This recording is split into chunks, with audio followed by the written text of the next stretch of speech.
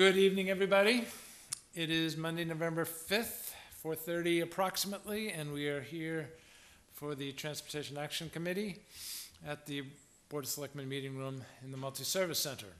There are two items on the agenda for this afternoon. One is to discuss the potential for the Maine Military Authority Joint Visual Inspection, and the other is a report from the town administrator as to the status of the RFP for student transportation for the fall of next year. Mr. Tatro, would you join us at the microphone? Christian, is the microphone on at the table? It is. Thank you. We did have a meeting where some of us were present. The whole purpose of that meeting was to discuss feedback from the Maine Military Authority with respect to its presentation and the potential for it being a joint, for the potential for a joint visual inspection. So, Jeff, would you give us the current status of Maine Military Authority and the JVI? There's nothing scheduled right now. I've not heard since that meeting from them. Okay. Could you, for the benefit of all members, could you tell us what they had to say about our fleet and what the potential was for refurbishing it? Yeah, I sent them a complete list of our units, all of them. And there were 16 that, without being seen, without being looked at, would potentially maybe qualify for this program to refurbish these vehicles. So in other words, 16 vehicles that they would be willing to have be a part of the JVI. At least be looked at, yes. Right, that's, correct. well, that's what Yes, that the doesn't mean they'd be JVI accepted, is. yes. Right, so that means that there were some that were considered so relatively new that it wasn't necessary to consider, and then there was another group that were so far beyond that they didn't think it would be beneficial for them to participate. Is that a fair characterization? There was a very small number that were too new to qualify, Okay. and a larger number that were too old or too many miles to qualify. Do you know how they made this decision about what qualified for a JVI and what didn't? Was it mileage? Was it year? It was mileage and age of vehicle were the Okay. two primary ones. Okay. Approximately how many vehicles didn't qualify based upon age and mileage? 34. 34. Well, if I take out the vans, it would be that did not qualify. So we have 52 units, 16 qualified. So about 30. About 30. 30 large or No, 30 no. total? Total. Okay. How many large did not qualify? Approximately. Yeah, I'm just 13. Okay, perhaps for the committee's benefit, you could take that list, which we've all now seen, of course, and send to everybody, or send it to me and I'll distribute to everybody, so we can clearly see where Maine Military Authority came down by vehicle. Okay, because they did it literally by vehicle, correct? They looked at the written stuff on Right. each vehicle. Yes, that's correct. Okay, so 16 they're willing to take a look at. Correct. Okay, and they're waiting for us to decide whether we want that process to occur. They're waiting to hear from somebody. Correct. Okay, so if mine and anybody on the committee, feel free to correct me. We had 55,000 from the capital planning article. We have some portion of the 60 for this year that is still available, correct? That's correct. Is 35, seems to ring a bell? Yes. So in theory, we have a total of 90,000 to spend, which could be used for the Maine Military Authority process. Is that? It could I'm not be. asking you to commit to anything. I'm just saying my math is correct. That's correct. Okay. Do you have a recommendation to this committee? Have you made a recommendation to Anna or Dr. Rabinovich as to the best use of that 90? Have I made one, a recommendation to the superintendent? Yes. Would you like to share it, or would the superintendent like to share that recommendation? I think Jeff can share it. Okay, go ahead. It's my opinion that the Maine Military Authority is an excellent program. I don't, and in a few years, I think it's something that we could certainly utilize. But I think our money is better spent on some new vehicles at this time. Because of the wiring harness, because it's gonna cost us 15 to refurbish, just the body. Where's the 15 come from? Wasn't it 15? 35. 35, okay, just for the body. That doesn't include if there's wiring issues, engine issues, any number of issues, and that's on top of, it's an additional cost. I do feel we could get some 4 to 5 year old vehicles for about the same cost. So as you're sitting here today, you're saying you might, with that 90 that we've been talking about, you might be able to get as many as 3 large used vehicles that would be 4 to 5 years of age. Correct. For the same amount of money that you would spend to refurbish the bodies, but not the engines or other mechanical, electrical areas under the Maine military program. That's correct. Okay, I'm just trying to solicit information up at this point. I think I'll stop and allow some questions from anybody. Anybody have any questions? Ellen? I have a couple questions.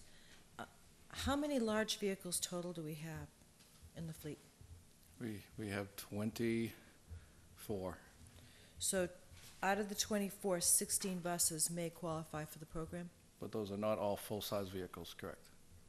Do they do other vehicles other than full-size vehicles? Yes, Oh, they do. they do the small ones. Has anybody from the school department had any kind of communication with Mr. Cahill? Not since he was here. Because he's contacted me a number of times, and I assured him that someone would, because I just assumed it would be someone from the school department, since it's certainly not my purview, would have contacted him, and he, I guess my question is this. What I took from that meeting was that they would like a commitment, certainly, but a commitment wasn't required for a joint visual inspection. Is that right? My memory is it was somewhat up in the air. It was sort of a gray area as to how much of a commitment they needed for a JVI to occur. I think that's what you're characterizing it as is fair. It was not hard and fast. No, and although I appreciate Mr. Tetro's input because he's director of the department, I just wonder if this isn't something that all we've done is kind of had a conversation about it. And I'm wondering if they would come without a financial commitment and just really take a look at them, because to me, a lot of this is speculation until something like that occurs and we actually have some facts that we can examine. Other thoughts? Barry, you had I thought I saw your hand go up. Well, I was just going to point out. Excuse me, Christian? Thank you, Kristen. I was merely going to clarify how we wind up with buses that were starting on their 4th year, that Braintree is coming off of a 3-year lease. So in other words, the buses will have been used by Braintree for 3 years. They may rebid and then therefore get new vehicles, and then those vehicles would be available. My recollection of the conversation with Mr. Cahill is that he was looking for some, it sounded like, assurance that there was going to be a way, if we thought it was a good idea, to fund it. So we were waiting for town meeting to see if some money became available, which now has occurred. So, I mean, that's why we're back here to find out what's the next step. I don't think we have anything to lose if he'll come, because we do have, as you pointed out, a total of $90,000. I think what's driving the conversation that I had with Jeff was that there's an immediacy of turning over some of the vehicles sooner rather than later, the ones that are 13 or 14 years old, that would not qualify for this program, that they're ones that we use. So where we might find a 7-year-old vehicle that is appropriate for the program, is that the best use of the funds, the limited funds we have at this time? I mean, that's part of the conversation. And I don't think it's wrong to see if he will come now that if we find the right vehicles. I know the mechanic, and I think Ellen missed the next meeting that we had. I did. This was a conversation, but one of the things that Ted, the mechanic, the lead mechanic, talked about was that some of the vehicles that were 7, 8, 9 years old, the engines themselves had some, I'm going to use the term compression. I'm not a mechanic, so I don't know if that's exactly the right term, but he felt that fixing the body wasn't necessarily the fix, because the engine was not one that he would say is going to last another 9 years, even though they're diesel and so forth. That's confusing to me, because I thought that was part of the attraction for diesel engines, was their longevity. And I certainly, I mean, to coin a phrase that, you know, unfortunately with some of the infrastructure in this town we've had to use in this town, I'm going to say you don't want to put lipstick on a pig. I get it. I think what I would encourage you to do, Barry, is to at least have a conversation with them, because I kind of think it's unfair to leave him hanging. And he's called me, and I apologized to him and said that I was unable to attend the last Transportation Action Committee, and I was unaware of what was discussed. But that that there was an upcoming meeting, and I would certainly bring this up as a topic, just to have a conversation with the man and say what direction we're going in, because, or not. I mean, if they're really trying to drum up business, it may be that they'll come down without a financial commitment, and it may be that these prices are negotiable. So it just might be worthwhile to have the conversation. If it's more economical for transportation to purchase vehicles that are coming off a lease, because if they're on a lease, I'm assuming that they've had maintenance, regular maintenance and that kind of thing, and you're certainly going to factor in mileage, et cetera. But I think it's only fair, he did come all the way down here, present to us, that someone have a conversation with him that is in a position to give him more information than I can. Agreed. Derek, Frank, questions, comments? One thing that wasn't clear to me when he was here was, as far as the inspection was concerned, without an actual commitment that we were going to do a bus for $35,000, there was a question of his expenses, because they're coming a long way. Right. And he felt it was an overnight visit, et cetera. So that would be another question is, are we going to walk out of this with just an inspection that says, oh yeah, you have 4 or 5 buses that might qualify? And then we say, no, we have sunk funds in there. There won't be a lot, but it's still sinking part of our capital money into that, unless you have another way to cover it.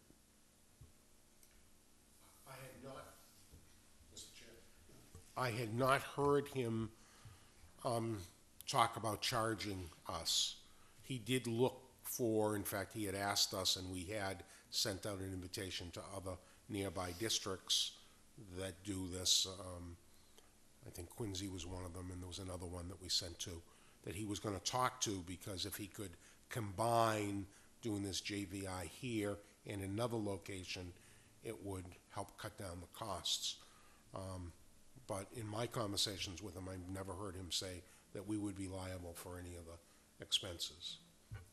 though. I agree he with that. has I them. think there's an ethical issue with respect to being serious about it if we ask him to incur the cost, but I agree. I don't think there was ever a stipulation that we would pay expenses. Derek, did you have any thoughts?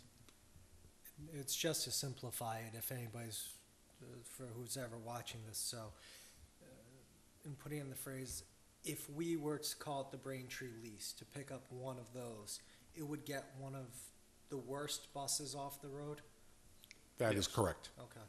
And then the other way is getting would probably give us a little bit more longevity, but wouldn't get one of the worst buses off the road? That's correct. Okay. Yeah, unfortunately, the only way to really make this decision is relatively imprecise, which is to say, after you'd spent $35,000 on one of your medium case buses, what is the value of the overall fleet versus what is the value of the overall fleet after you've spent the same amount, approximately, and replaced one of your worst buses? And so I don't pretend to know the answer to that question, but in pure financial terms, that's the question that needs to be answered. Because if we decided, for example, that we might want to try this with one bus, yes, just to see whether it was the way to go, if I was a taxpayer, that's the question I'd ask. What have you done to the overall value of the fleet with the two scenarios that you're describing? And it's always possible at a moment in time that you happen to get a great deal on a lease that's just expired, or it's also possible that the 35,000 is not a rigid number. And if we said, look, we can get for $35,000, we can get a bus with this many miles on it that's only been on the road for 3 years.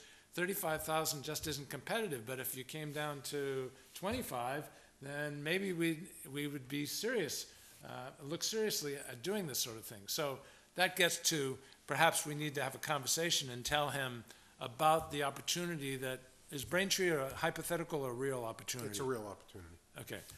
We need to have a conversation and tell him the struggle that we're having in terms of moving forward.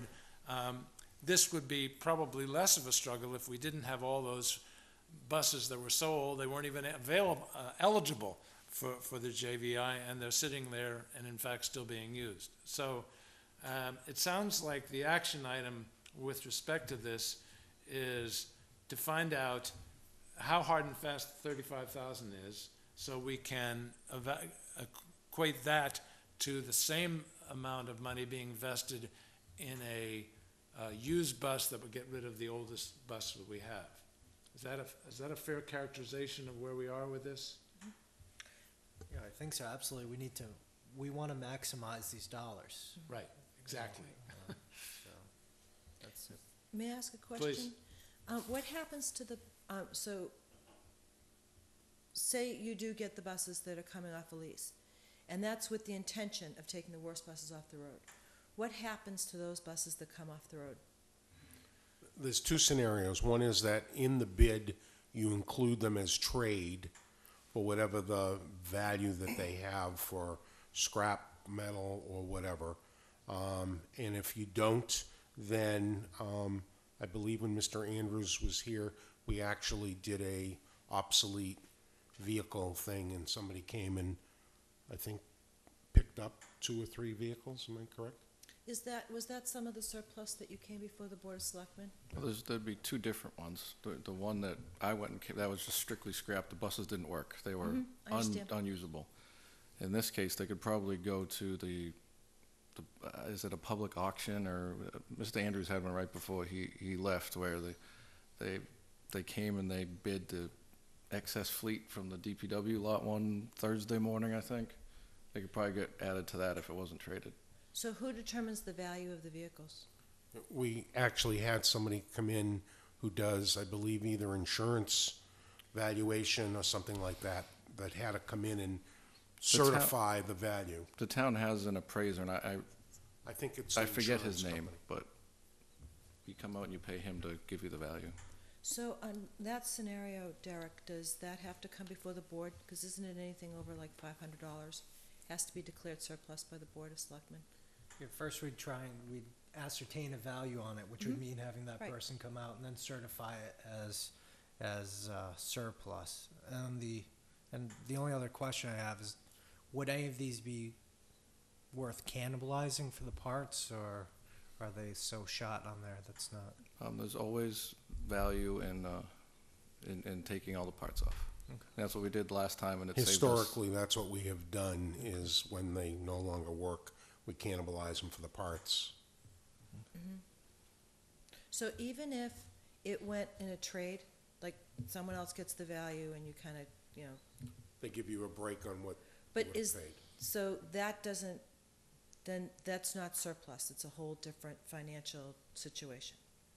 We're gonna have to, through the process, you're gonna have to ascertain the value of it and basically say, okay, that's okay. We'd probably bring it from the Board of Selectmen and say, this is the value of it. What would you like to do? This is what we'd like to put it. With And our that vehicle. presumably is value pre-cannibalization. Yes, and if they give us a value and you take some parts off, that wouldn't be a good thing. So. Well, even if it's scrap, I mean, the price of scrap now. Right. It does have a value. Yeah. I don't know what it is. Just a question of the terms, you know, and when they inspect it, and then once they've inspected it, the condition is fixed, so to speak. I understand. Right. But I'd like to be assured that someone is going to contact Mr. Cahill, because I think that's the right thing to do. I agree completely. I will contact Mr. Fine. Kay. But let's be clear, the purpose of the contact is to find out before he does a JVI, just how hard and fast the 35 is. Because frankly, I remember being 30 in the presentation, then when he got here, it became 35. So I'm not sure whether his costs, whether he's going to be very flexible at all, but nevertheless, it's a question that should be asked. And he may very well appreciate, especially when we've got a lead mechanic saying that the very reason for his program is the assumption that the engines last twice as long as the bodies. And if that in fact is not the case in a significant percentage of the vehicles that we're talking about, then literally the whole concept falls on its face. And we just have to deal with that. Although that would get me to ask the question, why is the concept falling on its face? What is it about the diesel engines that we've got that is causing them to fail what some people would say is prematurely? That was my next question. Do Ted or Bill have any opinion on whether they're in fact failing prematurely?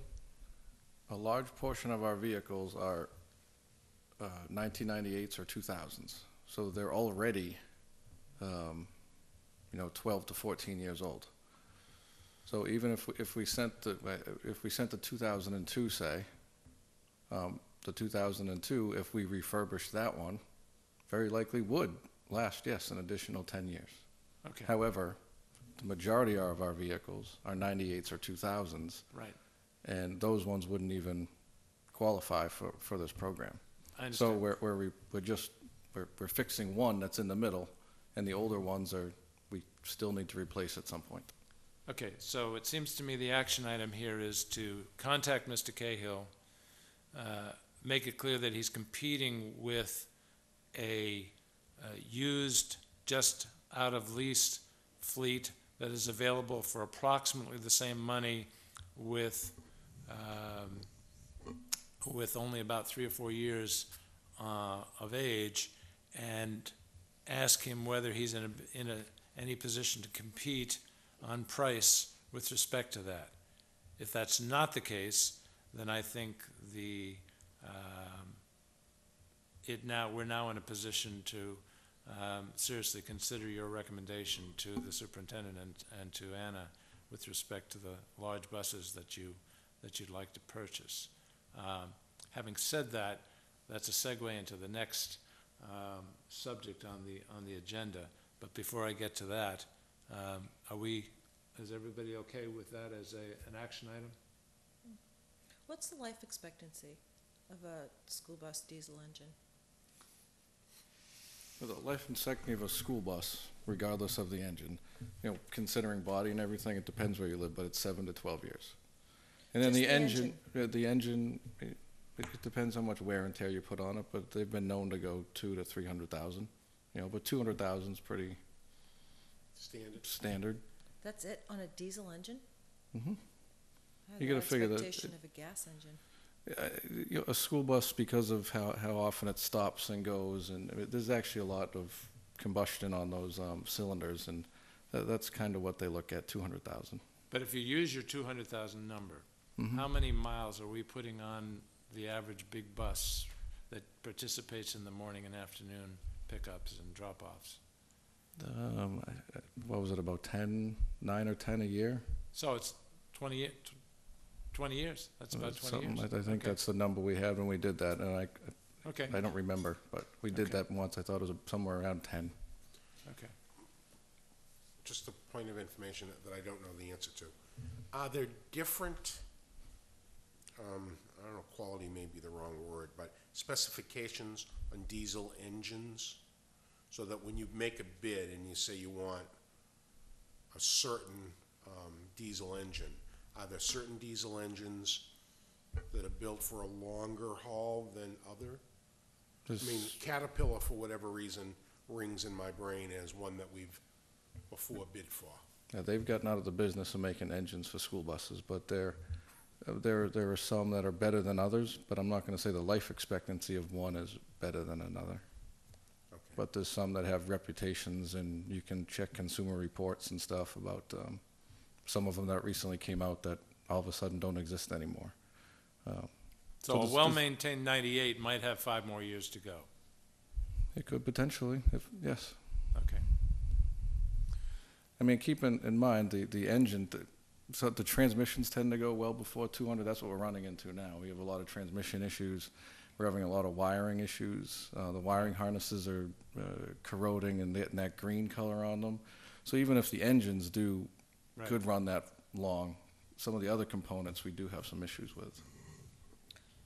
Is Okay. the corrosion of the wire harnesses, what's that a result of? Just Just use. The Yeah, salt so air. the salt and just being used. I mean, it really could happen to any, the corrosion that happens on, that green stuff you get on your battery? You ever see that on like a car battery? Just envision that throughout all the wires. It's one of those things that just electrolyzes over time and with the air and all kinds of stuff. There's no one thing that you could say, oh, if we do this, it'll stop it. But Well, is that just like a maintenance issue, so you see it start to happen and you deal with it, or is it? when we see it, of course, we fix it. But obviously, they all have casings. So it's one of those things that it's very difficult to catch. What we often find is all of a sudden we have no power to the back of the bus. At that point, obviously, we know we can replace more stuff. But there's miles and miles of wires in there, and it's difficult to get to all of them. So sometimes it's when it happens, because you can't see it, because they put them right in the bodies, right in the roof panels. They hide the wires. Obviously, you can't see them all. So we do our best that we can to stop it, but sometimes we don't know there's a problem until we have the problem. The analogy isn't perfect, but it was interesting when I do some fair amount of bike riding, and before I did a long bike ride, I took it into a bike shop, and the guy said to me, "You really ought to replace the cables that connect the brakes and the gears." And I said, "Gee, the bike isn't that old." And he says, I said, "But I do keep it outside a lot." And he said, "I take my bike and put my bike," as the bike shop owner, into my living room every night. And it's still, the wires, because of Wareham salt air, I have to replace them every year. So it's an analogous situation in the sense that it's cables, it's wires, it's stuff that just wears, whether we like it or not. But I'm no mechanic. I'm just feeding what other people tell me. Okay. So we've got an action item, and we'll report back and see what he says, and we'll move on to the RFP. Derek, can we assume that the document that we have now in front of us, which now has the 4 options that we agreed to as a part of the RFP process, and for those people listening, the 4 options are status quo, three-tier,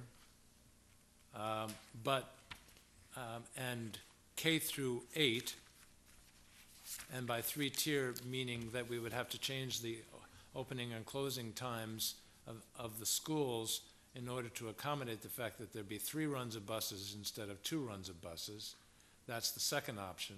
And the third option was just K through 6 and only those students who live at least 2 miles away from the school, which is the legal minimum that we have to provide. And then the fourth option was we would keep special ed, field trips, athletics, et cetera, and the private bus company would handle the morning and afternoon pickup and drop-off process. So those are the 4 options that are now in the RFP. Has council and yourself reviewed this, and are you satisfied that this is a document ready for us to approve to be for the RFP process? Yeah, the last one that we received were on the first, November 1st on there. And town council does come in on that Thursday, but I've given them the document as well to go over it, so I'm waiting to hear this week. Excuse me. I'm waiting to hear this week from him on it.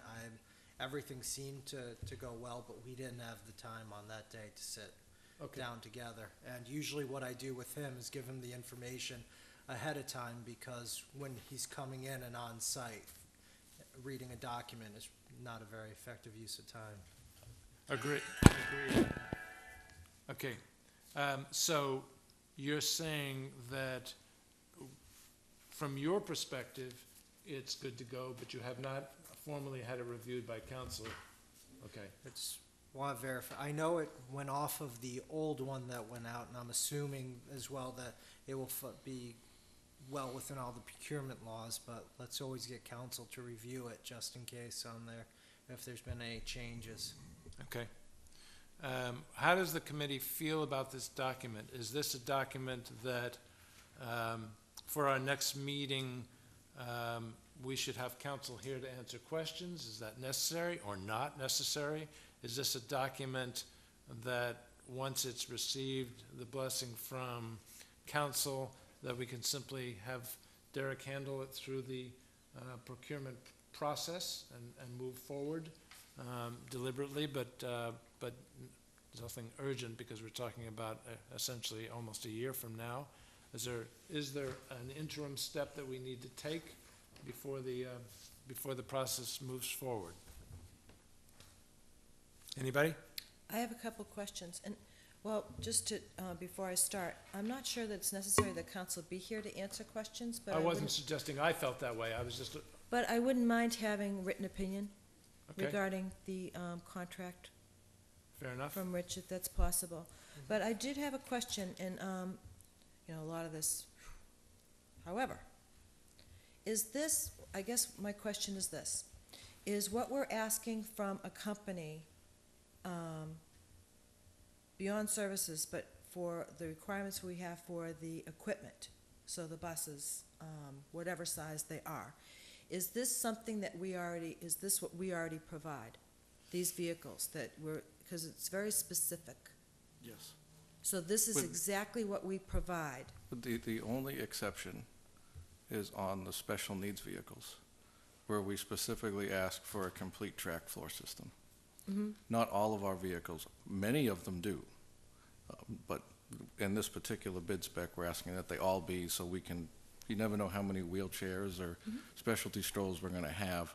So that's the only difference, is that all the vehicles, we're asking that they have track seating. So all this specific language regarding the brakes and the brake shoes and the alternators and batteries and fuel tank, all of those very specific language is something that we already provide. Yes.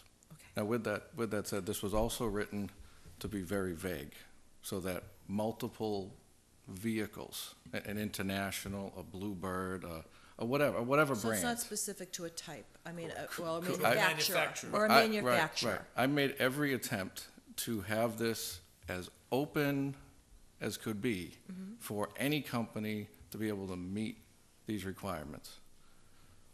Now, has anybody else had an opportunity to look at, say, contracts? Did you do this, Barry? Contracts from, say, other districts? Yes, that, in fact, I think that's where we originally got some of the language, so we looked at the Braintree bid. We've looked at a few bids that we had from other districts. That's how we got them. I think Anna was able to get some off of her listserv. All right, From and other I did see business that we asked that the average life of the vehicle be 5 years, but no more than 10, so they're not, it's not like we're asking for, they'll have to be 1 or 2 years old. Correct. Which was the big change from the prior RFP. Correct. Correct. So the only, the only item that we don't provide, you're just asking for more consistency for the handicap vehicles. That's correct. And also make note that we clearly indicate that we will be providing the fuel, so that the expense, now, and that's because we get it less expensively. So it makes sense, that allows them to give us the lowest possible bid. So even companies that provide school bus services don't get the same discounted fuel as the school district does? Apparently not. Because of the taxes. Yeah, they Right. pay the In other words, we're getting gas from municipal that doesn't have to pay state taxes. I understand. So we need to make sure that when we do the final analysis of You the factor the response, cost. we factor in the cost of the fuel. Right, or we back out of ours, cost of fuel. But do we ask, will the companies that respond estimate the cost of the fuel as part of their bid? No, Even though it's not included, no, okay, here's their bid for this contract, for the options 1 through 4. And then as kind of an aside, this is what they would anticipate the fuel cost to be, but no, that's something we're gonna do? oh, I see your point. How do we know how much to add to make an apples-to-apples comparison? I guess the short answer is just by our own history, based on the number of miles we expect to, the different versions to incur. But you're right, that's an interesting question, because instead of having them estimate it, we actually have to estimate it. But Which- there's no choice about it, because otherwise they'd be forced to inflate their bid in a way Which that we would should be do inappropriate. sooner than later. Excuse me? Because if we have, which we should do sooner than later, I think, just to have that number. Yeah, fair enough. Is that something you'd feel comfortable estimating For each of the four. for each of the 4 scenarios? Yeah, I mean, I guess I can sit down and yeah. I mean, you know what it is now, Well, yeah. and then decreasing. Is Yeah. what it all boils down Yeah, to. we'll see who wins tomorrow. if Because it goes what's up the or fuel down, yeah. cost now on an annual basis? What, For what we 200 provide? 200,000, I think was the number we year. had. Right, $200,000 in fuel. I'd Yes, have it to was look something back like- at my data. So- Yeah, it was about 200, yeah, about $250,000, somewhere in there. Between $200,000 and $250,000 Yeah, a year for fuel now with the services that are provided. That is correct, yes. And does that include athletics and all of that, or no? That is every drop of Everything. fuel that we guess, that's And everything. interestingly enough, no matter what scenario we incur, the fuel, the number of gallons isn't gonna change. The cost per gallon, of course, is a guess, because that can fluctuate. And the only time, it's only the 4th option where we would literally have to make sure that we're still incurring the same number of gallons, but some of it would be under our supervision and some of it would be under their supervision. But other than Right. that, Right, but other I than understand. that, yeah. So, yeah, if you could just do an analysis for this committee so we could see clearly, ahead of time, what we're going to continue to incur as a cost for fuel, that would be helpful. but $250,000 with fewer, if we did go with fewer services, it would go down, that number would go down. Yes. Now, are there any other vehicles beyond this that goes under the transportation department, other than what actually transports the children? You mean like the vehicle that Jeff uses? Is that the only vehicle that's And even beyond? then, yes, and That's even the then, only one? that's, during the day, that's the service vehicle, so. Yeah, but that's the only one. That's the only non-student transporting vehicle the department has, yes. We, Yes. there is no longer a white van that the, No. no, okay. The 'Cause only non, Once upon a time, there was, Yes. that the mechanics used to pick up parts or that kind of stuff. no. Okay. Now that's the one that I take home, but during the day, it's there. Okay, So that's the same vehicle. The vehicle that you're talking about I isn't guess. separate. It's the same And vehicle. we don't have a white van anymore. The white We have van. a four-wheel drive vehicle that, you know, Serves That's multiple it. purposes. multiple purposes. You make yes. me think there was this is kind of an aside, but you're talking about the white van. There was a cabinet that we used in the OR, and I think they changed it, but we always called it the gray cabinet. Now, I don't know what color it was eventually, but we'd send out new people and say, it's in the gray cabinet, just go out there to the gray cabinet. Well, it hadn't been gray for probably 10 years. So that's what it makes me think of. And neither are the cherry sheets cherry in color. Yes, and they will always be the cherry sheets. Okay, so the action item here is to get a written opinion from council, that he's reviewed the document and that it's good to go. The second action item is for an analysis of the cost of the fuel.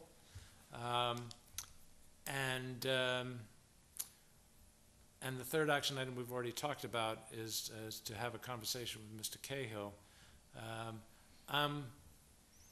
I'm wondering if we, I'm trying to think of what the agenda for the next meeting might be for it to be productive enough to justify getting us all together. Do we? Until we hear from council, because you can have certain, I mean, this is just my opinion, No, Mr. no, Chair, but. no, I'm asking. I mean, Barry's gonna have the conversation with Mr. Cahill, whatever that may be. We need to hear back from council, and now that town meeting is over, he's probably inundated with all the other business that was suspended. And then fuel costs shouldn't take any time, but I guess it would hinge on when we get written opinion from council, is my personal opinion. So once that occurs, we could schedule something. We could schedule something, and the purpose would be to analyze, ask questions, comments about any of those documents, and then presumably authorize the RFP to proceed. Yes? Everybody agree? What's realistic to get something? I think the biggest, I think Ellen is right, the biggest holdup might be Mr. Bowen. What's realistic to get him to formally pass muster on the? He just received an email stating written opinion on it, so he's getting a heads up right now. How very efficient of you, sir. So, Would anybody be opposed to, say, the Monday, I know that's why I'm asking so early, the Monday before Thanksgiving, or is everybody gonna be away? Derek won't be, he's not going anywhere. It works for me. What is the actual date? I'm trying, I can't see that far, it's it's next, the 19th. Ah, there is a, yes, the 19th. or would it be safer to go the week after, That's what I was thinking, that Monday? the 26th. Is that, when is Thanksgiving this year? It's 22nd. early. It is early, isn't it? What's the, what? 22nd, Wait a Thanksgiving. second. So.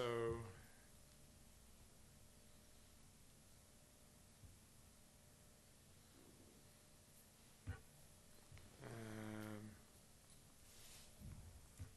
4:30 on the 26th? I've got something at 6, so I'd prefer to do something at 4:30 versus later. you have something at 2, so 4:30 would work Okay, for me.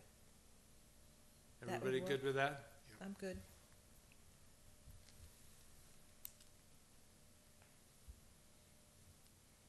It's okay with me. Okay, by me.